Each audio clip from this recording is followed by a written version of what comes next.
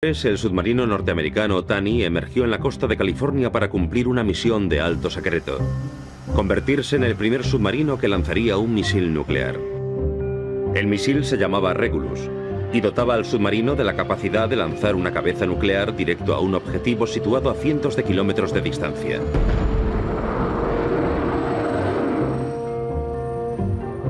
Los submarinos Regulus y sus cabezas nucleares serían desplegados en la zona soviética de la costa del Pacífico durante los años más frágiles de la Guerra Fría.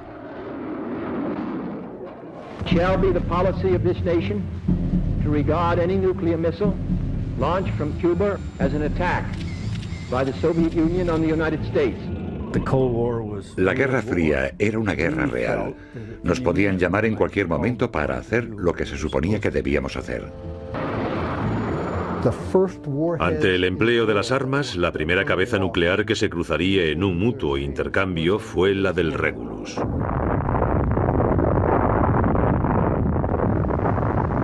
Hoy los submarinos suponen el grueso de la fuerza nuclear de los Estados Unidos. Pero antes de los proyectos Trident y Polaris, el programa Regulus, ahora ya olvidado, lo comenzó todo. En 1945 la idea de submarinos lanzamisiles parecía imposible.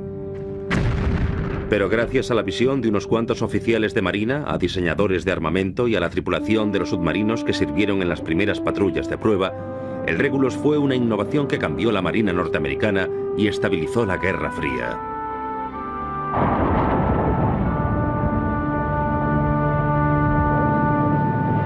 El misil nuclear Regulus. La Segunda Guerra Mundial fue un triunfo para la Marina norteamericana, especialmente para la Armada Submarina, que hundió más de 5 toneladas en acero de barcos japoneses, ayudando a cambiar el rumbo de la guerra en el Pacífico.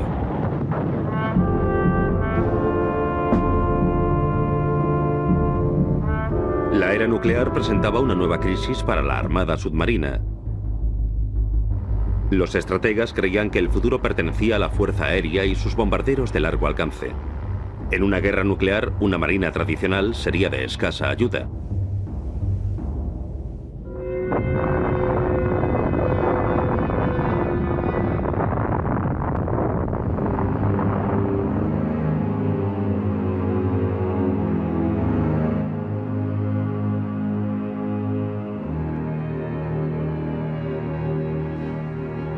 Ante esta crisis, un reducido grupo de oficiales, liderados por el capitán Thomas Clackring, apremió a la Marina a crear una nueva arma: un submarino capaz de lanzar un misil dirigido.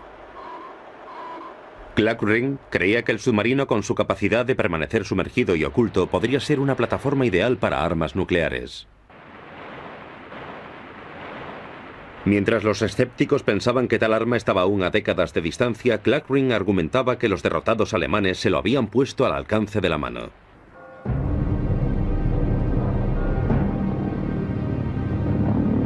What really woke everybody up, including America, was the deadly use by the Germans of the V1, the Buzz Bomb. Durante la guerra, la Luftwaffe alemana había desarrollado la V1, el primer misil táctico del mundo.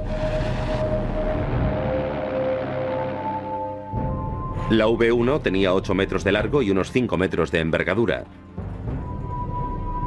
Impulsada por un motor a reacción, podía alcanzar velocidades de casi 600 kilómetros por hora y tenía un alcance máximo de 240 kilómetros portando una cabeza nuclear de 900 kilos. No era un arma muy sofisticada porque no tenía sistema de guiado. Por eso era lanzada en la dirección del objetivo. En el morro llevaba un cuentakilómetros conectado a una hélice. Después de un número determinado de kilómetros, el motor se desacoplaría y el misil se precipitaría a tierra.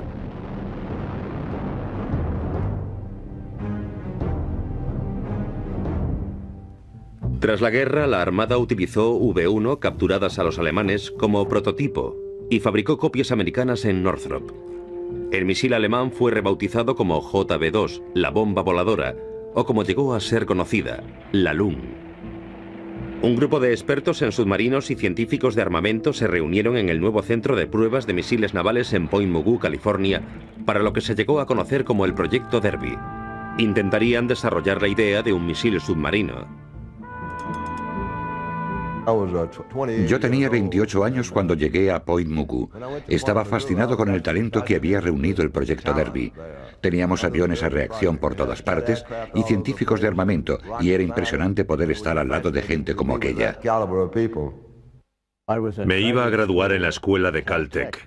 Me interesaba entrar en el mundo de los misiles, y entonces el único sitio posible para hacerlo era Point Mugu, donde llegué a ser oficial del proyecto Derby. Aunque la LUN era pequeña y técnicamente simple, todo el mundo implicado en modificar el lanzamiento desde submarinos sabía que la tarea sería difícil. Los alemanes habían utilizado largas catapultas para lanzar las V-1 a velocidad de vuelo, pero ese sistema a todas luces no funcionaría desde la cubierta de un submarino. Entonces los ingenieros decidieron construir una lanzadera que esperaban pudiera acelerar la velocidad de lanzamiento del misil en medio metro escaso. Pero la construcción de la plataforma de lanzamiento demostró ser un reto.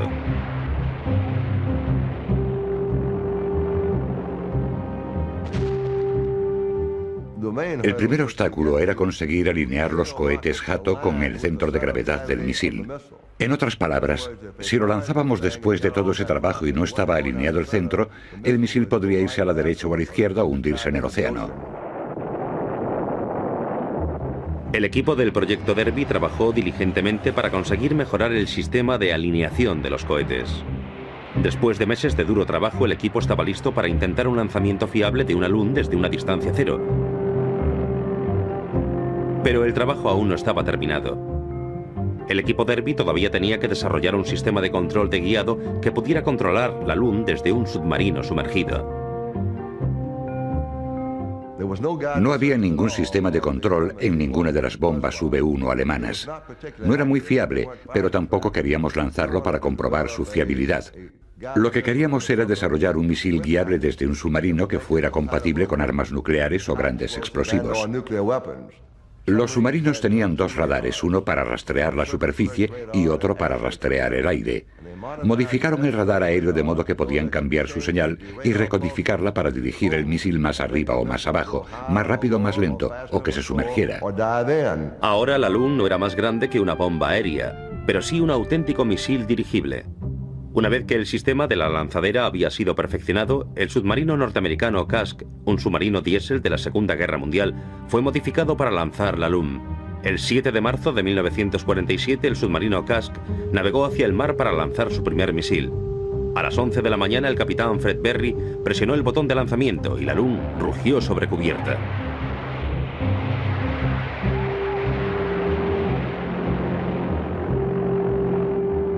Entonces el equipo de control de radares del Kask dirigió la LUN. La prueba había sido un éxito y el Kask se convirtió en el primer submarino de la Armada con un misil de control guiado. Al año siguiente se sucedieron una serie de lanzamientos exitosos. Pero probar armas nuevas puede ser peligroso. Y el 7 de julio de 1948 sucedió algo terrible.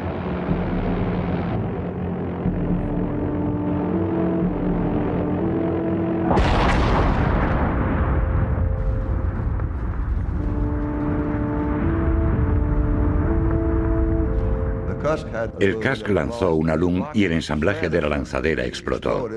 El misil perdió el control según era lanzado y se precipitó sobre la popa de la cubierta del submarino. Llevaba a bordo una carga completa de JP-5, puro queroseno. Quedó completamente cubierto en llamas. Ante los horrorizados observadores, el incendiado Kask desapareció bajo la superficie. Los barcos en la zona informaron inmediatamente de su hundimiento. Afortunadamente estaban equivocados. Tan pronto como el capitán se dio cuenta de lo que sucedía y dado que todavía mantenían presión suficiente, todo lo que podían hacer era sumergirse. Allí tenían agua de sobra para apagar el fuego. El Kask sobrevivió sin daños mayores. Pero el accidente recordó a todos que esto era una nueva arma que exigía precaución. A pesar del retraso, el proyecto continuó avanzando. El Kask fue provisto de un compartimento estanco, así podría sumergirse y transportar la LUN sin ser vista. Además, una rampa de lanzamiento fue instalada en el Carbonero, otro submarino de la Segunda Guerra Mundial. En 1949, ambos submarinos realizaron un ataque simulado a un destacamento de la Armada.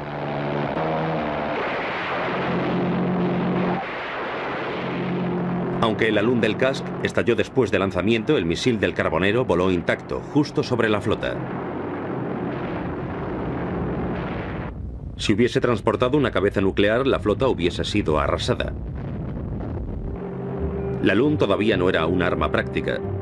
Su carga útil era demasiado pequeña, su alcance demasiado corto, y los nuevos aviones podían fácilmente superarlo. Pero el equipo Derby había aprobado la idea y convencido a la Marina de que el submarino lanzamisiles era un arma potencial temible.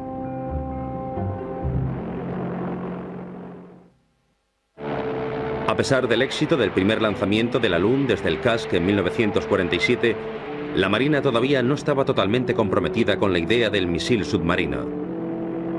Pero se aprobaron unos pequeños fondos para construir un nuevo misil que se llamaría Regulus. El Regulus sería operativamente similar al alun, activado por un motor a reacción, lanzado desde un submarino y guiado. Pero sería más avanzado y transportaría una cabeza nuclear de 40 kilotones. La empresa que ganó el contrato fue Chance Vought. Construían aviones desde hacía mucho tiempo. Algunos fueron de los más famosos de la Segunda Guerra Mundial. El Corsario, por ejemplo. Tenían fama por sus aviones duros y seguros. Pero desarrollar un misil guiado funcional en los momentos bajos de la era de la aviación era caro e intimidatorio. La Armada Submarina no podía afrontar los numerosos misiles que necesitaban para el programa de pruebas. Chance Vought aportó una solución brillante. Con Regulus idearon un misil recuperable. Tenía un equipo de aterrizaje incorporado, se podía traer a tierra por control remoto y permitía que el misil fuese usado una y otra vez. Y eso abarataba la investigación y el desarrollo del programa. Para asegurarse del éxito del arma, Chance Vought diseñó el Regulus similar en forma y tamaño a un avión a reacción. Esto les permitiría probar los componentes de la carcasa en el aire. Cuando vi por primera vez el Regulus, me pregunté ¿dónde diablos está la cabina? Hay que decir que era una máquina muy sencilla. No se esperaban maravillas de inmediato. Durante las pruebas de vuelo, el equipo de aterrizaje se podía usar para despegar y podía recuperarse. Pero para despegar, el Regulus usaría un par de gigantescos cohetes que lo elevarían de la cubierta del submarino.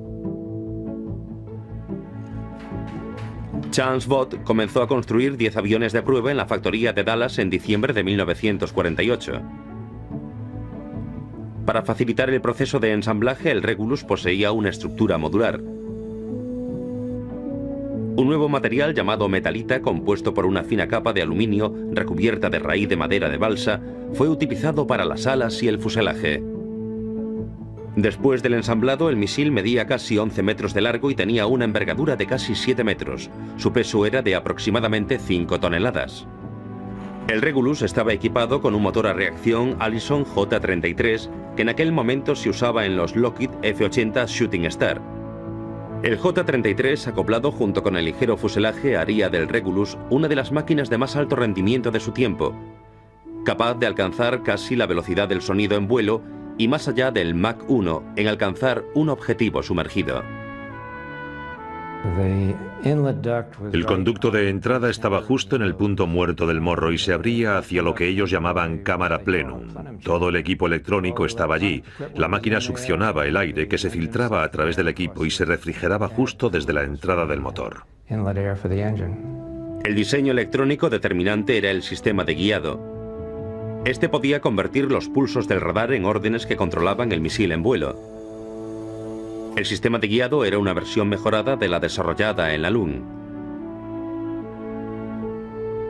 Aunque la construcción de los misiles sería completada en Dallas, las pruebas tendrían lugar en secreto en la base militar aérea Edwards, en California. El primer misil se dirigió al desierto en febrero de 1950. El terreno de pruebas para el misil de alto secreto Regulus sería el lecho seco del lago de la base aérea Edwards, donde Chuck Yeager rompió la barrera del sonido en 1947. 1947. Edwards era en 1950 el hogar de docenas de los proyectos aeronáuticos más avanzados. En febrero, los primeros misiles Regulus llegaron a Edwards y fueron preparados para las rigurosas pruebas de vuelo. Para mantener bajos los costes, los cohetes no serían utilizados en las primeras pruebas. En su lugar sería usado el equipo de aterrizaje. El misil despegaría y aterrizaría como un reactor y sería controlado a distancia por los cazas. Esta tarea recaería sobre los pilotos más destacados, incluyendo a Roy Pearson, jefe de los pilotos de pruebas de Chance Bot, y C.O. Miller, que se había unido recientemente a la compañía. Mi unión al programa Regulus fue también mi estreno en los vuelos a reacción. Yo solo tenía unas 20 horas de vuelo, así que llegué allí para los niveles de hoy siendo casi un aprendiz. Muchos CV-2DS, la versión naval de la F-80 Shooting Star de la Fuerza Aérea, estaban equipados con transmisores de control remoto. Esto permitía controlar el Regulus al piloto del asiento delantero, mientras el piloto del asiento trasero podía volar en formación con el misil. Era un procedimiento complejo y mucha gente creía que el misil con equipo de aterrizaje no volaría nunca. El hombre responsable de hacer que fuese posible fue el director del proyecto de Chance Bot, Neven Pally. Neven fue el más objetivo y posiblemente el director de proyecto más capaz que tuve el placer de tener al lado. Eran muy afortunados por contar con Neven Pally y con muchos otros altamente cualificados. Pero quien tenía que hacer que todos funcionasen era Neven. Él nunca se vino abajo. En abril, después de semanas de preparación, comenzó el programa de pruebas. Aunque todo el mundo estaba ansioso por llevar el misil al aire, la primera prueba tuvo lugar en tierra. El Regulus fue transportado hasta el lago. El caza lo sobrevoló, tomó el control del misil y lo aceleró por la pista durante varias millas. La intención era comprobar su estabilidad, los frenos y el paracaídas. A medida que se sucedían las pruebas, los pilotos forzaban el Regulus a más y más altas velocidades. Durante una de las pruebas finales, el misil inesperadamente se elevó por los aires. Mientras Roy Pearson luchaba por controlarlo, el misil cayó violentamente sobre el lago.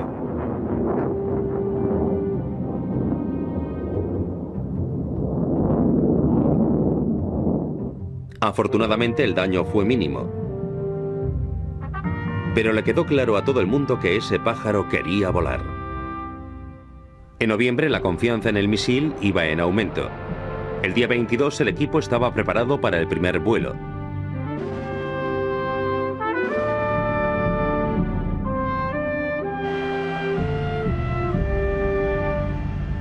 Intentarían superar 3 retos mayores: elevar el misil al aire, hacerlo volar controladamente y hacerlo aterrizar sano y salvo. Un TV-2D pilotado por C.O. Miller con Roy Pearson sentado al control remoto sobrevoló el lecho del lago. A las 8:09 de la mañana, Pearson tomó el control del misil y lentamente aceleró la palanca a la máxima potencia. A 190 nudos, unos 304 km por hora, el misil grácilmente se elevó desde el lecho del lago.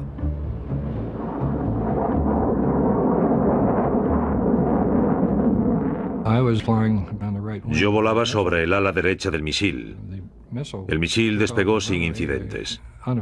De repente, al alcanzar unos cientos de metros en el aire, empezó a girar, perdió el control y cayó.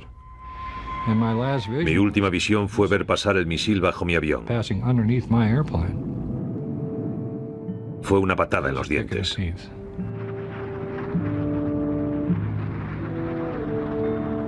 El accidente fue devastador.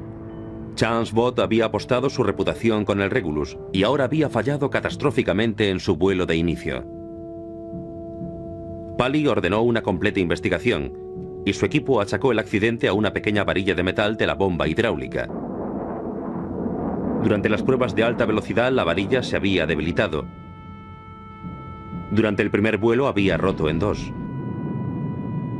Neven Pally sabía que el programa estaba en serios apuros. Si se estrellaba otro misil, el programa Regulus podría ser cancelado. y el sueño de un submarino lanzamisiles sería pospuesto indefinidamente. En un desesperado intento por prevenir otro fallo, Pally dio un paso sin precedentes. Ordenó a los ingenieros construir un simulador de pruebas especial. Podrían simular vuelos mientras el misil y los pilotos permanecían a salvo en tierra. Podíamos hacer simulacros tan parecidos a un vuelo real como era posible. Encender, apagar, el proceso completo. Si por alguna razón había un fallo importante, volvías a empezar. Las pruebas terrestres fueron duras, acotadoras y muy largas, pero Neven-Pally permaneció inflexible. Las pruebas en tierra deberían continuar hasta que todos los elementos funcionasen correctamente. La Armada e incluso algunos de sus compañeros cuestionaban su criterio. No fue hasta 5 meses más tarde que Neven-Pally se sintió lo suficientemente seguro para arriesgarse en otro vuelo. Temprano por la mañana, el equipo de pruebas estaba reunido en el lago para realizar lo que podía ser el lanzamiento o el hundimiento del programa completo. Theo Miller puso su avión en posición y Roy Pearson tomó el control del misil. El Regulus se elevó majestuosamente en el cielo matutino.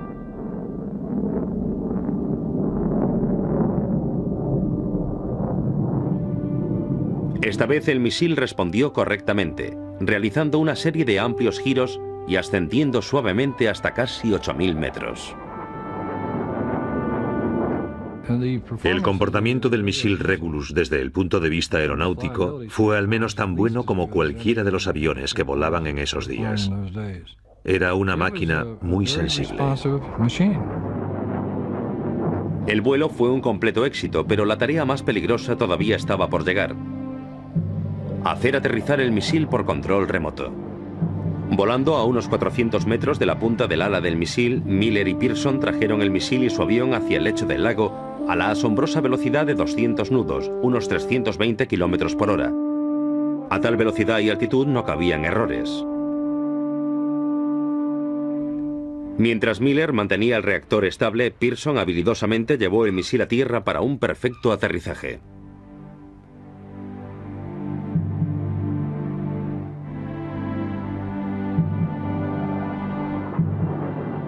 Cuando lo hicimos regresar y aterrizó fue inenarrable, por así describirlo. No había nada comparable. Fue un enorme alivio y satisfacción. Fue algo por lo que habíamos trabajado muy duramente, especialmente tras el fallo del primer vuelo. Durante los meses siguientes al primer exitoso vuelo en la base aérea Edwards, los pilotos de pruebas forzaron las posibilidades del vuelo del Regulus, elevándolo a altitudes por encima de los 13.700 metros y a velocidades cercanas al Mach 1.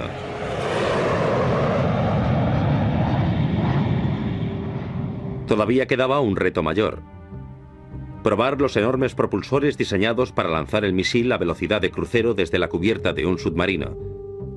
Sabiendo que la primera prueba del sistema de propulsores podía perfectamente destruir el misil, el jefe del proyecto, Neven-Pally, decidió tentar su suerte y todo lo que rodeaba el vuelo del Regulus en lo que se llamó Operación Splash.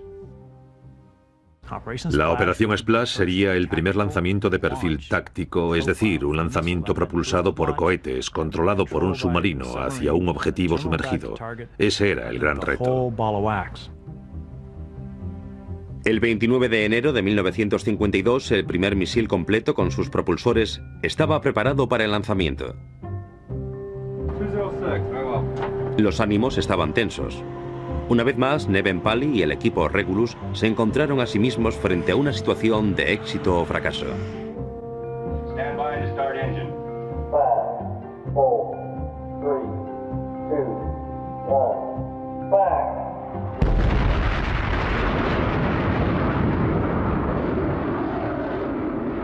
Los cohetes se comportaron tal y como se esperaba, lanzando el misil a velocidad de 2,2 con total seguridad. Por un breve instante, el misil, que había apuntado el morro hacia arriba, amenazaba con pararse y caer.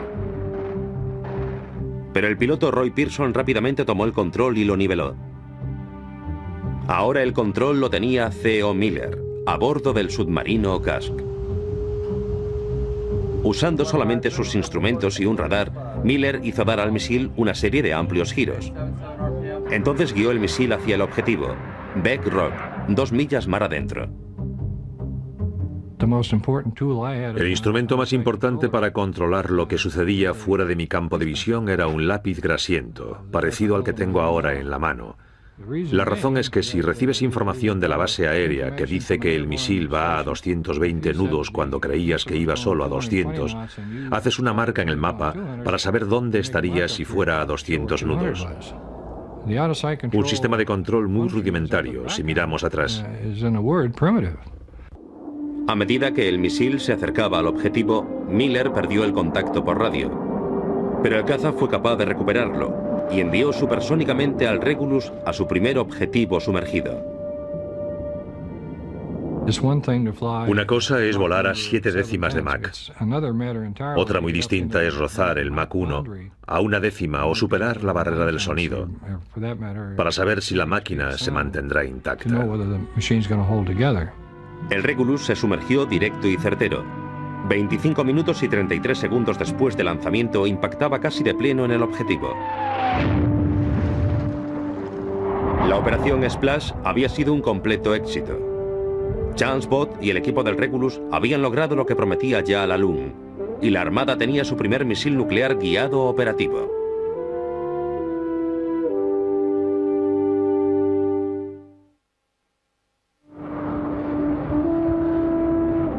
Con el éxito de la operación Splash en 1952, la Marina comenzó a trabajar en el diseño de 5 submarinos nucleares Regulus. Pero tardarían años en completarlos. Mientras tanto, habían comenzado la reconversión del submarino diésel de la Segunda Guerra Mundial, Taney, para que pudiera transportar el misil. Un año más tarde, el Taney estaba preparado para operar como Regulus. Un compartimento similar al que se había instalado a bordo del submarino Casque fue instalado en la popa de la cubierta del Taney. Era un cilindro de unos 5 o 6 metros de diámetro con un habitáculo en cada extremo. El habitáculo delantero era completamente estanco y el trasero tenía una puerta. Podía albergar 2 misiles tácticos Regulus, uno sobre el otro. Cuando habías lanzado el primero, girabas la caja y podías lanzar el segundo. Además, el submarino fue equipado con un depósito de combustible para reactores, el sistema de guiado de misiles Strauss, y para salvaguardar el Regulus y su cabeza nuclear, un sofisticado panel de control de lanzamiento manejado por 2 hombres. El 15 de julio de 1953 fue un día importante para la Marina. Todos los años de pruebas y meses de entrenamiento estaban destinados a este instante. El primer lanzamiento de un misil nuclear fiable desde la cubierta de un submarino. Taney emergió en Point Mugu. La tripulación se mantenía en la base en estado de alerta y comenzaba la cuenta atrás. Yo estaba en la torre de mando durante el primer lanzamiento del Taney con Jim Osborne, que era el capitán. Desde luego había mucha tensión siendo el primer lanzamiento. ¿Qué ocurriría? Nadie lo sabía. Los oficiales y la tripulación tenían confianza, pero nadie había olvidado el desastre a bordo del Casque solo 5 años antes.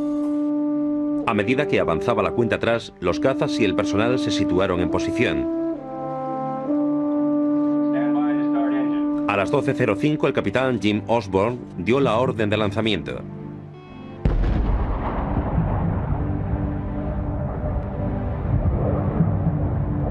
La tripulación y el misil funcionaron perfectamente.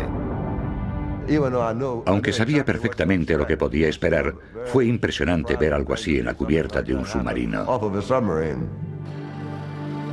Quedó claro para todo el mundo que una nueva era acababa de empezar en la historia de los submarinos.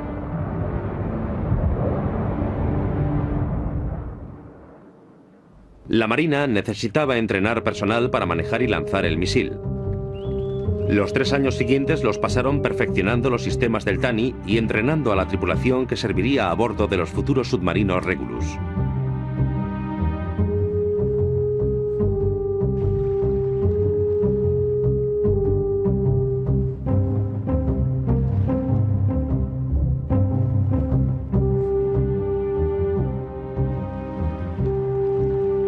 La tripulación llegó a ser tan eficiente que podían emerger, preparar el misil en cubierta y sumergirse en menos de 15 minutos.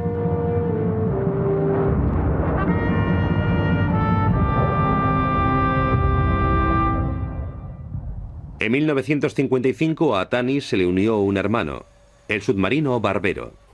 La estrategia inicial de la Marina era desplegar los dos submarinos con sus misiles nucleares con la flota de superficie en los momentos críticos.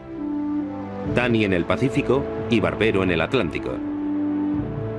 En un esfuerzo por ampliar su capacidad nuclear, la Marina reconvirtió dos de sus más modernos submarinos diésel para que pudieran transportar los Regulus. Los submarinos Greyback y Growler habían sido diseñados como submarinos de guerra de la clase 563. Durante su construcción se les practicó un corte en dirección a proa de unos 13 metros para instalar el control central del misil. Y se instalaron gigantescos compartimentos gemelos capaces de albergar 4 misiles Regulus. El Greyback no tenía el aspecto de un submarino convencional. Tenía una proa abombada. Parecía contrahecha, como una ballena abierta en canal. Pero por dentro era una hermosa nave. En aquel momento ambos, el Growler y él, representaban la tecnología más avanzada. Aunque eran dos de los más sofisticados submarinos de aquellos tiempos, el Greyback y el Growler aún eran submarinos diésel. Necesitaban subir a la superficie o repostar en las bases para reponer el oxígeno y recargar las baterías. Esto los hacía susceptibles de ser detectados. El submarino Hollywood no tendría estos inconvenientes. Alimentado por un reactor nuclear, podía navegar durante meses sin subir a la superficie. El primero de los 5 submarinos Hollywood en proyecto albergaría 5 misiles Regulus en su gigantesco hangar. Era gigantesco, cavernoso. Era el rey de los misiles, el rey de todas las armas. El sueño se había hecho realidad. 5 misiles en el hangar del Hollywood, 10 megatones de poder destructivo. Eso tenía más potencia de lo que la flota submarina entera había disparado jamás. E iba en un solo submarino. Con el despliegue de los submarinos Regulus, el sueño de dotar a la flota de capacidad nuclear había sido realizado. Pero el Pentágono se dio cuenta de que eran armas con un potencial de mucho más alcance. La gran agilidad de los submarinos Regulus les hacía únicos entre el arsenal nuclear de los Estados Unidos. Eran virtualmente indetectables y por tanto menos vulnerables que cualquier armamento terrestre o aéreo. Aunque pocos se dieron cuenta en aquel momento, serían estas características las que transformarían la Guerra Fría. En 1959, con la Unión Soviética capaz de atacar a los Estados Unidos con sus misiles y las tensiones de la Guerra Fría en aumento, la Marina norteamericana desarrolló una estrategia sin precedentes para los submarinos Regulus. Al ser prácticamente indetectables, los submarinos Regulus podían sobrevivir ante cualquier primer ataque soviético. A diferencia de otras armas nucleares del arsenal estadounidense, el Regulus garantizaba una devastadora respuesta de ataque y representaba una esperanza real de repeler las agresiones soviéticas. En octubre de 1959, la Marina trasladó 15 submarinos Regulus a Pearl Harbor para formar patrullas defensivas. Su nueva misión, mantener la paz por encima de la amenaza de una asegurada destrucción mutua. Las patrullas defensivas Regulus representaban una nueva era en la historia de los submarinos de la Armada. Nadie tenía la menor idea de cómo funcionarían o lo que supondría uno de sus ataques. Lo único cierto es que el Pentágono quería mantener 4 misiles Regulus sobre la costa de la Unión Soviética 24 horas al día, 365 días al año. Todo el proyecto era de alto secreto. Todas las operaciones estaban en clave. Nadie en Pearl Harbor sabía lo que estaba haciendo. Desde su base en Hawái, los Regulus podían cruzar el Pacífico Norte, parar brevemente en Adak, Alaska o las Islas Midway, si necesitaban repostar y trasladarse a una zona de patrulla en las tormentosas aguas de la península de Kamchatka. Los primeros 2 días en el mar se pasaron revisando el barco. Después comenzaba la instrucción. Todo era instrucción. Instrucción a bordo, formación de lanzamisiles, de lanzatorpedos. Eso se hacía por lo menos una vez a la semana. Una vez que alcanzaron el mar de Bering, los Regulus podían patrullar durante 60 días sin ser relevados. En aquel tiempo debían mantenerse en línea con sus objetivos y esperar una orden que deseaban no recibir nunca: lanzar el Regulus como respuesta a un ataque soviético. Tras la orden de ataque, y no sé si puedo decir esto, las primeras cabezas nucleares en el mundo que serían lanzadas en un intercambio nuclear serían las del Regulus sobre la península de Kamchatka.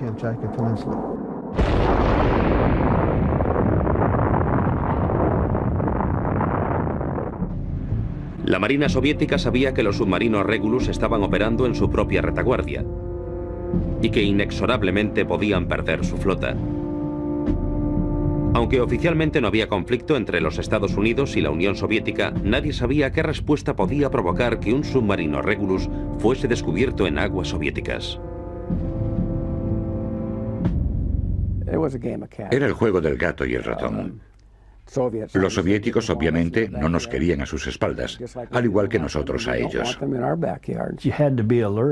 Tenías que estar muy alerta, mantenerte muy despierto si manejabas el periscopio, o estabas al mando del sonar, o si recibías contraórdenes. Khrushchev sabía que estábamos por allí con los Regulus y amenazaba con hundirnos si nos encontraba, así que siempre estábamos alerta. Si los soviéticos se acercaban a nuestros torpedos, estábamos listos para responder al toque de campana. Devolveríamos cualquier golpe. La misión de los submarinos Regulus se volvió tan crucial que los mantuvieron en un estado de alerta similar a los días de la Segunda Guerra Mundial. Las patrullas defensivas eran especialmente difíciles para la tripulación y supusieron los mayores despliegues submarinos en tiempos de paz hasta el día de hoy. La razón para estar allí tanto tiempo era porque teníamos que mantenernos oficialmente 60 días en el submarino, pero nos llevaba 14 días llegar a la base y otros 14 al destino, muy duro. Así que le añadimos otro mes, por eso las patrullas duraban 3 meses. No le podías decir a tu mujer a dónde ibas. Papá se va a navegar, te llevará hasta el muelle. Y esa era la última vez que te verían en más de 60 días. Las largas patrullas eran soportables a bordo del submarino nuclear Hollywood, que había sido diseñado para la comodidad de la tripulación. Incluso tenía máquina de helados. Pero los otros 4 submarinos eran otra historia. Atestados de maquinaria, misiles, tripulación y humos del combustible, la vida a bordo se hacía difícil. El Tani era del mismo tipo que en el que estuve en la Segunda Guerra Mundial. Su interior era pequeño y estrecho. No había aire acondicionado y hacía muchísimo calor todo el tiempo. Caminábamos entre latas de café, azúcar o harina. Y a veces esas latas tenían un pequeño agujero, así que te podías encontrar bebiendo café con diésel. Las duchas eran algo con lo que soñabas. Tal vez otra semana si tenías suerte. Recuerdo que en mi primera patrulla estuvimos 7 semanas sin ducharnos, ni siquiera teníamos lavabo. Debido a la masificación, hacíamos la cama caliente. Cuando unos terminaban su guardia, se acostaban en las camas que dejaban libres los que tenían que comenzarla. No era muy agradable. El tiempo por donde habitualmente patrullábamos era malísimo, un pésimo rincón del mundo. Los meses de invierno eran durísimos. Así que siempre tenías la sensación de poner a prueba tu resistencia. Operando independientemente a miles de kilómetros de la base más cercana, con los submarinos y la tripulación al límite de sus fuerzas, los fallos mecánicos eran inevitables. Las repercusiones de un submarino nuclear averiado en patrulla era algo en lo que nadie quería pensar.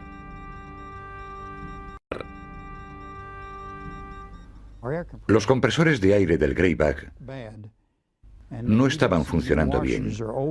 Necesitaban arandelas nuevas. Y la única forma de conseguirlas era haciéndolas nosotros mismos. Eso era duro hasta el límite de la paciencia. Nos sentábamos en la sala de control, en vela, todos con un trozo de esteatita, dándole forma hora tras hora hasta el hartazgo. Las colocamos en los compresores y funcionaron. Durante una patrulla, el barbero comenzó a perder combustible justo cuando tenía que regresar, y tenía combustible para menos de 1 hora. Los témpanos de hielo del Pacífico Norte habían desgarrado parte del aluminio de la superestructura del Growler durante una brutal patrulla en 1960. Pero el incidente más serio de la era del Regulus tuvo lugar a bordo del Greyback en 1963. Navegábamos con un tiempo horrible y la nave empezó a bandear. Eso causó un fallo, un cortocircuito, y el sistema empezó a escupir metal fundido en torno a la zona de las baterías. Allí estaban los camarotes. Había gente durmiendo, los camarotes empezaron a incendiarse y la tripulación al completo hizo lo que tenía que hacer. Apagaron el fuego, ventilaron los compartimentos y volvimos a entrar. Entonces vimos a James Jensen, un oficial de intendencia. Todavía estaba en su litera y estaba muerto. Jim Jensen fue la única baja estadounidense a bordo de un submarino durante el tiempo que duraron las patrullas de defensa Regulus.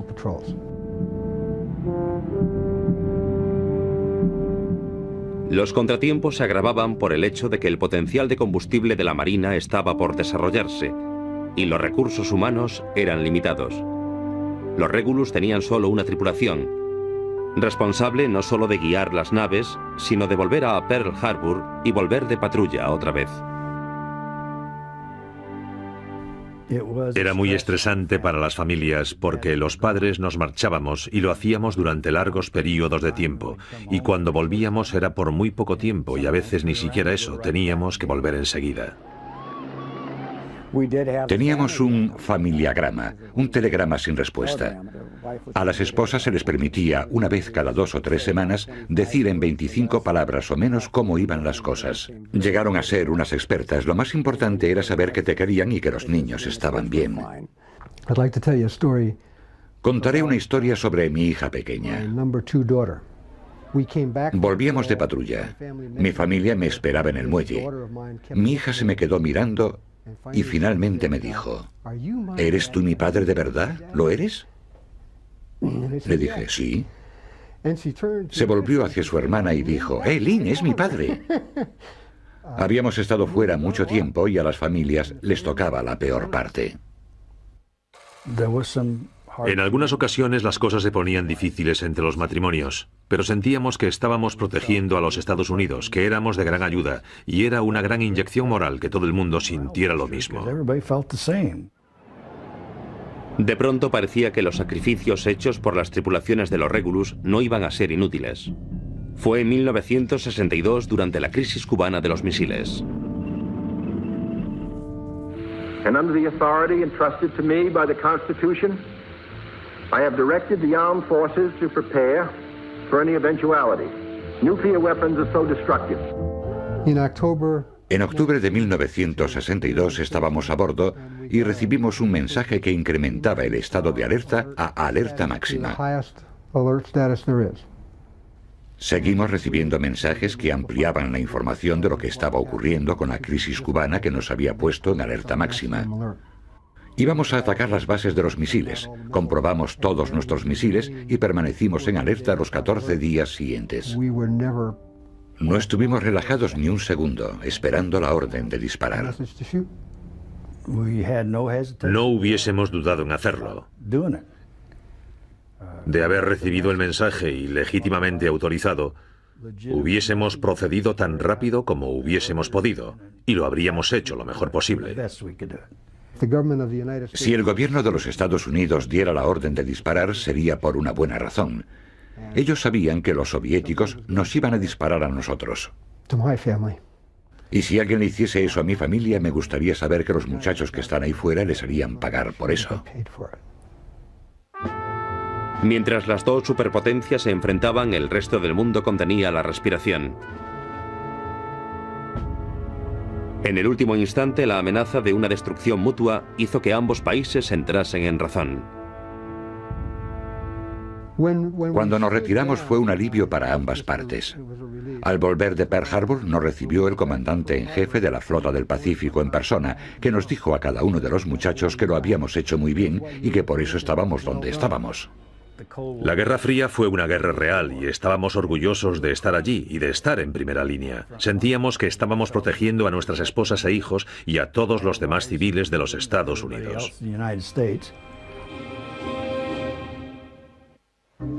La crisis cubana de los misiles fue un gran hito marítimo del programa Regulus. Pero cuando volvieron triunfantes a Pearl Harbor en noviembre de 1962, Las tripulaciones de los Regulus sabían que tenían los días contados. El Regulus era un arma fantástica, pero a medida que avanzaba la tecnología se hacía cada vez más vulnerable. La respuesta de la Marina fue desarrollar una versión más avanzada del misil, llamado Regulus II. Durante las pruebas, el Regulus II voló a casi el doble de la velocidad del sonido a unos 20.000 metros de altura, demostrando ser más rápido y más manejable que cualquier nave que hubiese inventado los Estados Unidos. En septiembre de 1958, con el exitoso lanzamiento del Regulus II desde el Greyback, su desarrollo estaba asegurado. Pero justo 2 meses después, el programa Regulus II fue inesperadamente cancelado. La razón era simple. Los impresionantes avances en el programa de la Marina sobre el misil Polaris habían dejado obsoleto el Regulus II. El misil balístico Polaris tenía un alcance de unos 4.000 kilómetros. Podía ser lanzado en inmersión.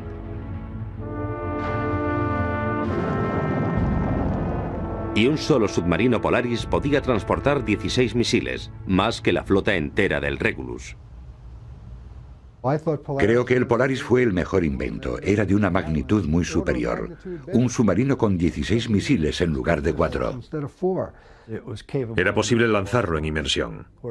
Cuando teníamos que emerger, éramos vulnerables. Ellos no. Ellos podían lanzar sumergidos. Fue un gran avance. Las patrullas defensivas de los submarinos Regulus continuaron hasta 1964. Entonces fueron definitivamente relevados por los Polaris. La Marina había entrado en una nueva era en la que no había lugar para los Regulus. Fueron relegados de sus funciones uno a uno y su memoria eclipsada por los éxitos del programa Polaris. Pero no hay duda de la importancia de los Regulus. Habían sido transformados de armas de desgaste en armas de enorme poder defensivo. Los submarinos Regulus y sus tripulaciones lo habían demostrado durante los momentos más críticos de la Guerra Fría. Fuimos el escudo entre la Unión Soviética y los Estados Unidos durante 5 años. Creo sinceramente que los soviéticos sabían que estábamos operando en sus costas y que había submarinos con 4 misiles cada uno apuntándoles todo el tiempo. Creo que eso disminuyó